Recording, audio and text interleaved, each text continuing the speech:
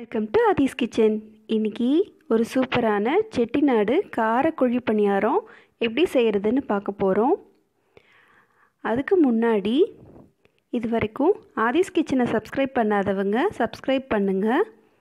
பக்கத்துலேயே notification bell இருக்கும், அதை ப்ரெஸ் பண்ணிங்கன்னா நான் போடுற வீடியோஸ் உடனே உங்களை தேடி வந்து சேரும்.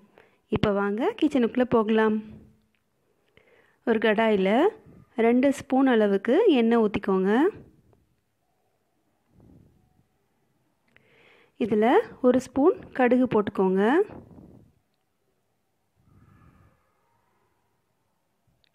ஒரு ஸ்பூன் உளுந்தம்பருப்பு போட்டுக்கோங்க.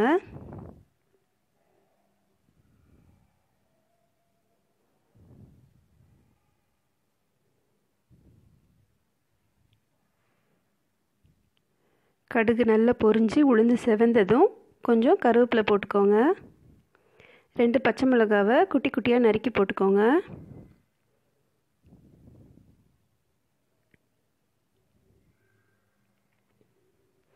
இதோட ஒரு துண்டு இஞ்சியை குட்டி குட்டியாக நறுக்கி போட்டுக்கோங்க. இஞ்சி போடுறது வாசனையாகவும் இருக்கும். இஞ்சி ஜீரணத்துக்கு ரொம்ப நல்லதுங்க. இப்போது நான் ஒரு பெரிய வெங்காயத்தை பொடியாக நறுக்கி போட்டிருக்கேன்.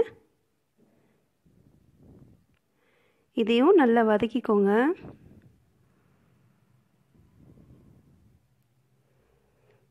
இந்த குழி பணியாரம் பசங்க ஸ்கூல்லேருந்து வரும்போது செஞ்சு கொடுக்கலாம்.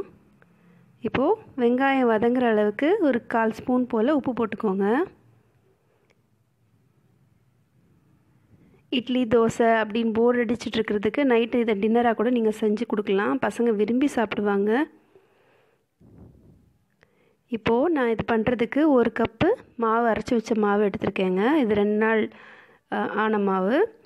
அதில் ஏற்கனவே உப்பு போட்டிருக்கிறதுனால நம்ம வதக்கும்போது கொஞ்சமாக வெங்காயம் வதங்குற அளவுக்கு தான் உப்பு போட்டு வதக்கியிருக்கேன். இப்போது இந்த தோசை மாவில் இதை போட்டுக்கிறேங்க வதக்குனதை.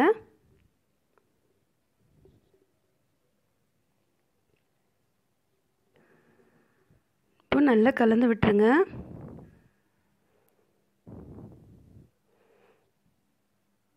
குழி பணியாரம் குட்டி குட்டியாக க்யூட்டாக இருக்கிறதுனால பசங்க சாப்பிட்டுட்டே இருப்பாங்க.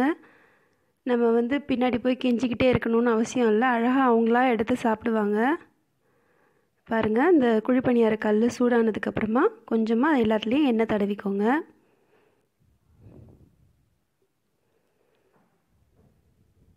எல்லாத்துலேயும்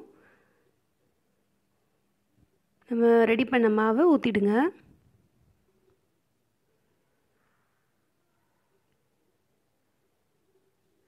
இப்போது ஒரு 3 நிமிஷத்துக்கு மூடி போட்டு மூடி வச்சுடுங்க.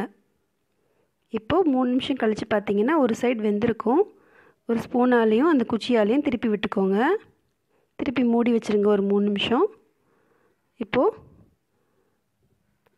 வேகலைன்னா திருப்பி 1 நிமிஷம் வச்சு எடுங்க. 2 பக்கமும் நல்லா செவந்து வெந்து ரொம்ப டேஸ்ட்டாக இருக்கும். இது கார சட்னி கூட தேங்காய் சட்னி கூட சாப்பிட்லாம். கார சட்னி லிங்க்கை நான் டிஸ்கிரிப்ஷனில் கொடுக்குறேன், போய் செக் பண்ணிக்கோங்க. இந்த வீடியோ உங்களுக்கு பிடிச்சிருந்துச்சுன்னா லைக் பண்ணுங்கள், ஷேர் பண்ணுங்கள். எப்படி இருந்துச்சுன்னு மறக்காமல் கமெண்ட் பண்ணுங்கள்.